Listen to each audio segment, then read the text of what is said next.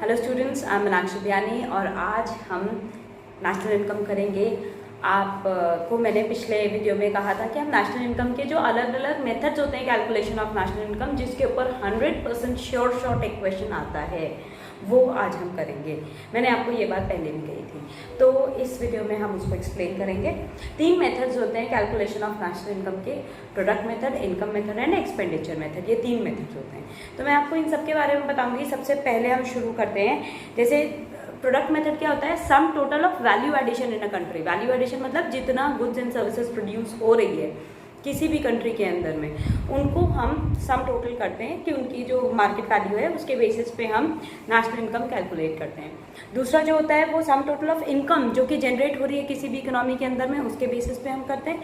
और तीसरा होता है sum total of expenditure on the final goods and services which is produced in the economy. जहाँ से मैं पढ़ा रही हूँ उस बुक के पेजेस का PDF मैं बना करके नीचे लिंक में डाल दूंगी डिस्क्रिप्शन बॉक्स में, आप उसे देख सकते हो। और जो भी क्वेश्चंस मैं आपको बाद में करके दिखाऊंगी वो भी आप कभी भी डिस्क्रिप्शन बॉक्स में देख सकते हो। उनका क्वेश्चन मैं डाल दूंगी डिस्क्रिप्शन बॉक्स में, क्योंकि आपको पता है अकाउंट्स, इकोनॉमिक्स, इनके क्वेश्चन इतने बड़े बड़े होते हैं, तो that is not possible to write on the board. तो मैं उनका डिस्क्रिप्शन बॉक्स में क्वेश्चन डाल दूंगी और आप उनको कभी भी देख सकते हो।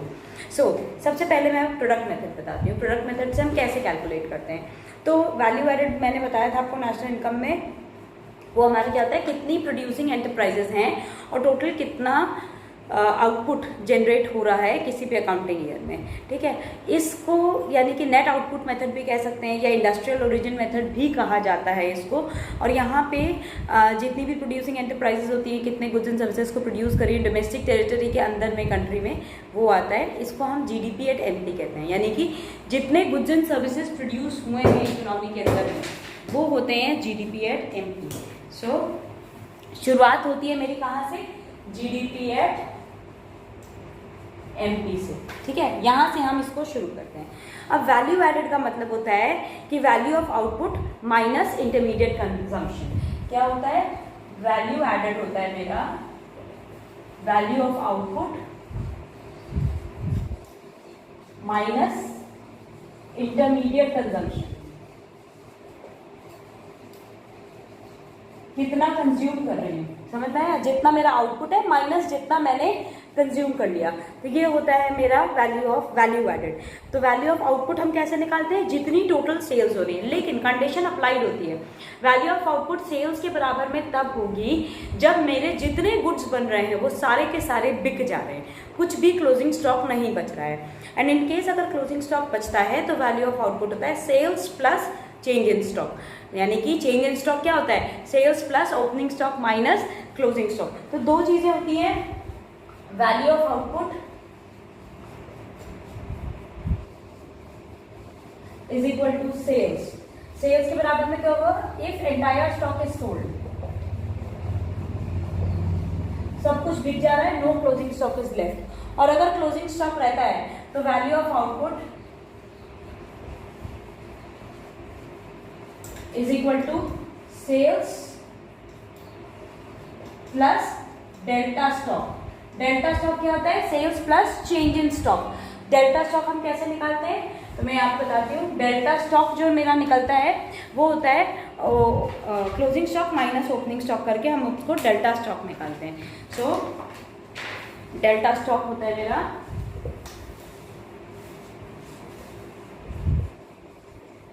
Is equal to closing stock minus opening stock. ये मेरे कुछ कॉन्सेप्ट्स हैं जो कि आप हमेशा क्लियर रखना, क्योंकि ये कॉन्सेप्ट्स आपको हर लेवल पे काम आएंगे। अभी आप इनके कैलकुलेशंस करेंगे नेशनल इनकम कैलकुलेट करने के लिए, उसमें भी काम आएंगे। आपको पता है ये मैक्सिमम मार्क्स क्वेश्चन में भी आता है, 2 नंबर के क्वेश्चन में भी आता है, 3 नंबर के क्वेश्चन में भी आता है। इसके न्यूमेरिकल्स 100% आते हैं। वैल्यू ऑफ आउटपुट आपको समझ में आ गया, डेल्टा स्टॉक आपको समझ में आ गया। अब इंटरमीडिएट कंजम्पशन क्या होते हैं? ये होते हैं, जैसे अभी मैंने आपको बताया था, वैल्यू आउटपुट होता है value of output minus intermediate consumption. Intermediate consumption क्या होता है? इंटरमीडिएट कंजम्पशन होता है जो value of non factor inputs होती हैं, यानी कि जितने भी इनपुट्स होते हैं फैक्टर इनपुट्स के अलावा। फैक्टर इनपुट्स कौन से होते हैं? लैंड, लेबर, कैपिटल और एंटरप्रेन्योर्स। सो प्राइमरीली इसके अंदर में रॉ मटेरियल आते हैं which is used in the process of production.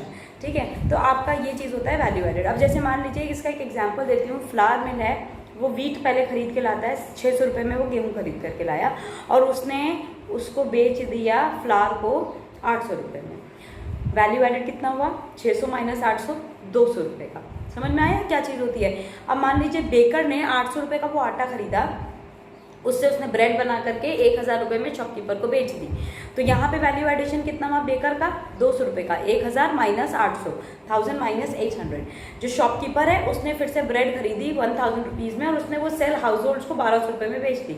So 1200 minus 1000, यानी कि इसने भी 200 रुपये का वैल्यू एडिशन किया।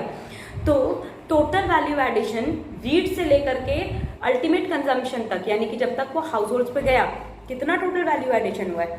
200 सबसे पहले गेहूं वाले ने कमाया था आटे वाले को बेचने के टाइम पे, फिर फ्लावर वाले ने बेकर को बेचा तब 200 कमाए, बेकर ने हाउस होल्ड को बेचा तब 200 कमाए। 200 plus 200 plus 200 it means 1000 rupees का, मतलब 2 4 और 2 600 रुपये का यहाँ पे वैल्यू एडिशन ये हुआ है। और स्टार्टिंग में अगर मैं ये देखूँ 600 तो ये हो गया। अब मान लीजिए वैल्यू एडेड जो फार्मर ने किया था 600 माइनस 200, यानी कि मान लेती हूँ मैं उसने भी 400 रुपये का वैल्यू एडिशन किया, तो 600 ये और 400 जो फार्मर ने वैल्यू एडिशन किया होगा वो मिला लीजिए, तो 1000 रुपये का वैल्यू एडिशन हुआ है इस गुड्स के ऊपर में। ठीक है। तो प्रोडक्ट मेथड से जब मैं जीडीपी एट एमपी कैलकुलेट करती हूँ, जैसे जीडीपी एट एमपी से मैंने आपको बताना शुरू किया था, तो जीडीपी एट एमपी अगर मैंने आपको डोमेस्टिक से एनएनपी एट एफसी, मेरी नेशनल इनकम जो होती है वो होती है NNP at FC, national income is equal to NNP at FC. National income क्या होती है? NNP at FC. हमें ये अल्टीमेटली यहाँ तक पहुँचना होता है। मैंने ये मेथड आपको बताया था, GDP at MP minus depreciation. अगर मैं माइनस डेप्रिसिएशन करूंगी तो मेरा आ जाएगा एनडीपी एट एमपी। एमपी हमेशा नीचे लिखा जाता है, ऊपर नहीं लिखते। एनडीपी एट एमपी में से अगर मैं माइनस नेट इनडायरेक्ट टैक्सेस कर देती हूँ, नेट इनडायरेक्ट टैक्सेस, तो ये आ गया मेरा एनडीपी एट एफसी। इसमें मैं प्लस एनएफआई ये कर देती हूँ, net factor income from abroad, तो मेरा ये आ जाएगा एनएनपी एट एफसी, जो कि होती है मेरी नेशनल इनकम। ये होता है मेरा तरीका। ठीक है, ये है मेरा प्रोडक्ट मेथड का। और प्रोडक्ट मेथड का जो प्रॉपर फॉर्मूला है जो है वो सब मैं आपको डिस्क्रिप्शन बॉक्स में दे दूंगी। ये मेरा सिर्फ एक्सप्लेनेशन मैंने आपको दिया ताकि आपको अच्छे से क्लियर रहे। और कुछ वैल्यू एडिशन करने के टाइम पे जो ये जो मैंने कहा GDP at MP, GDP at MP में क्या आता है? जितना भी मेरा प्रोडक्शन हो रहा है प्राइमरी सेक्टर, सेकेंडरी सेक्टर और जो सर्विसेज जो होती है value added by tertiary sector, तीनों की तीनों इसमें इंक्लूड होती है। प्राइमरी सेक्टर, सेकेंडरी सेक्टर में जितना वैल्यू एडिशन हो रहा है, मतलब जितना जीडीपी बन रहा है, secondary sector plus tertiary sector, ये सब इसमें इंक्लूड होती है। ये सब के सब इसमें इंक्लूड होते हैं जीडीपी एट एमपी में। बाकी का आपको समझ में आएगा अच्छे से। प्रिकॉशंस कुछ होते हैं हमको जो ध्यान रखना चाहिए, और ये क्वेश्चन में भी आता है कि क्या प्रिकॉशंस हमें रखने चाहिए। तो value of the sale and purchase of second hand goods जो होती हैं वो इसमें इंक्लूड नहीं होती हैं जीडीपी के एस्टिमेशन के टाइम पे, क्योंकि सेकेंड हैंड गुड्स जब एक्चुअली बने थे वो ऑलरेडी इंक्लूड कर चुके हैं। जब वो प्रोड्यूस करके हमने उस समय बेचे थे तो दोबारा हम उसे इंक्लूड नहीं करते हैं। लेकिन अब जैसे मान लीजिए मेरा बिजनेस ही यही है सेकेंड हैंड गुड्स को खरीदने और बेचने का, अगर मेरा बिजनेस यही है तो जो मुझे बीच में कमीशन मिलेगा वो इंक्लूड होगा जीडीपी के कैलकुलेशन में। Own account production of goods जो होता है प्रोड्यूसिंग यूनिट का, it is also taken into account जब हम एस्टिमेट करते हैं नेशनल इनकम को। क्यों? रीज़न ये होता है कि ये जो गुड्स है बेसिकली मैंने मार्केट के लिए प्रोड्यूस की है, ठीक है, लेकिन उसको मैंने अपने पर्सनल यूज़ के लिए रख लिया, दैट्स अ डिफरेंट इशू, लेकिन हम उसको इंक्लूड करेंगे। फॉर एग्जांपल मैंने एक बिल्डिंग बनाई है, बिल्डिंग में ऊपर के जो 2 फ्लैट्स थे वो मैंने अपने लिए रख लिए, बाकी के सेल आउट कर दिए। बट अल्टीमेटली जब मैंने बिल्डिंग बनाई थी तब तो यही सोचा था ना कि मुझे सबको रेंट पे देना है, तो इसीलिए उनका रेंट जो है वो इम्प्यूटेड रेंट की तरह जाएगा। तो ये ओन अकाउंट प्रोडक्शन का इम्प्यूटेड वैल्यू मैंने आपको समझा दी। सेल्फ कंजम्पशन के लिए जो हम रख देते हैं, वैल्यू ऑफ इंटरमीडिएट गुड्स को हम इंक्लूड नहीं करते हैं एस्टिमेशन ऑफ नेशनल इनकम में, क्योंकि वैल्यू ऑफ इंटरमीडिएट गुड्स जो होते हैं वो फाइनल गुड्स में ऑलरेडी इंक्लूडेड होते हैं। ये मैंने अभी आपको एग्जाम्पल दिया था, उस 1000 में वो 200 इंक्लूडेड थे, वो जो प्रॉफिट वाले। उस 600 में जो फार्मर ने 400 रुपये कमाए थे, 200 का बीज डाला और जो भी उसने खेती कुत्ती में पैसा लगाया, 600 में बेचा, 400 रुपये उसने इंक्लूड किए हैं इस 600 में, दैट इज वाई ये बार बार नहीं जाते, otherwise problem of double counting होगी। इम्प्यूटेड रेंट, ये मैंने आपको बताया था, जब दो बार एक ही चीज़ का कैलकुलेशन होता है तो उसको हम प्रॉब्लम ऑफ डबल काउंटिंग कहते हैं। इम्प्यूटेड रेंट जो होता है ओनर के सेल्फ एक्यूपाइड हाउस पे, ये हम बिल्कुल टेकन इनटू अकाउंट करते हैं, जो कि मैंने अभी आपसे कहा था, क्योंकि सारे हाउसेज रेंटल वैल्यू जो है उनकी निकलती है, चाहे वो अपने सेल्फ ऑक्यूपाइड ही क्यों ना कर रहा हो उसमें। सर्विसेज जो होती है सेल्फ कंजम्पशन की, वो हम कंसिडर नहीं करते हैं जब हम वैल्यू एडेड करते हैं। तो रीज़न इसका सिंपल होता है, क्योंकि जो मार्केट वैल्यू होती है इनकी, सर्विसेज ऑफ हाउस वाइफ्स हो गई, या services of nurse who is serving her own son, she has taken a leave, और वो अपने बेटे की सेवा कर रही है, तो वो इंक्लूड नहीं होता है, क्योंकि ऑब्वियसली आप उसको कैलकुलेट नहीं कर सकते हो। ठीक है ना। प्रॉब्लम ऑफ डबल काउंटिंग क्या होता है, अभी मैंने आपको बताया प्रॉब्लम ऑफ डबल काउंटिंग होती है, वो क्या चीज़ होती है। जब हम नेशनल इनकम कैलकुलेट करते हैं ना, तो ये सबसे बड़ी प्रॉब्लम हो सकती है अगर हमने एग्जैक्टली ढंग से नहीं कैलकुलेट किया कि क्या करना है। जैसे मान लीजिए जो मैंने फार्मर वाला कहा था, अगर मैंने उसको इंक्लूड कर लिया होता, वो 400 वापस से मैं इंक्लूड कर लेती, और 600 वापस बाद में उसका 600 रुपये डालती, पहले 400 डालती, फिर 800 में बेचा, फिर 900 में बेचा, 2700 हो जाता, जबकि ओरिजिनल गुड्स कितने का था, ओरिजिनल गुड्स सिर्फ 900 रुपये का था।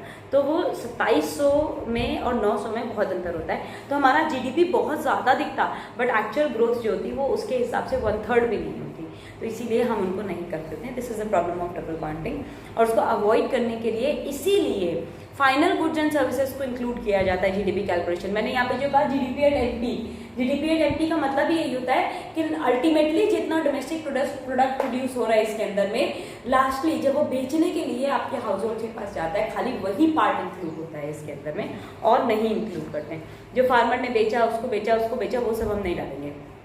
हाउस होल्ड्स तक जब जाता है हम सिर्फ वही कंसिडर करते हैं। ठीक है, तो ये चीज़ इसके अंदर में आती है। आप इसको जब कैलकुलेट करते हैं ना, तो बहुत सिंपल सा होता है, जो आप पैसे आ रहे हैं उनको ऐड कर दो, जो पैसे जा रहे हैं वो माइनस कर दो। लेकिन आपको एक चीज़ और बताती हूँ, जब क्वेश्चंस आते हैं तो मिक्स होकर के आते हैं, तो उस समय हमें ये ध्यान रखना चाहिए कि हम सिर्फ, जैसे अगर प्रोडक्ट मेथड कर रहे हैं तो प्रोडक्ट मेथड के ही आइटम्स उठाएं जो मैंने आपको बताया। इसके अलावा अगर आपको मिक्स्ड इनकम दे रखी है, या वेजेस एंड सैलरीज दे रखी है, या कुछ भी और दे रखा है, तो वो हम इंक्लूड नहीं करेंगे, क्योंकि वो किसी और मेथड का पार्ट है। So we will continue with the next method in our next video. और अगर आपको ये कॉन्सेप्ट समझ में आया, and if I am able to make your concepts very clear, please do like, share and subscribe my channel. Thank you.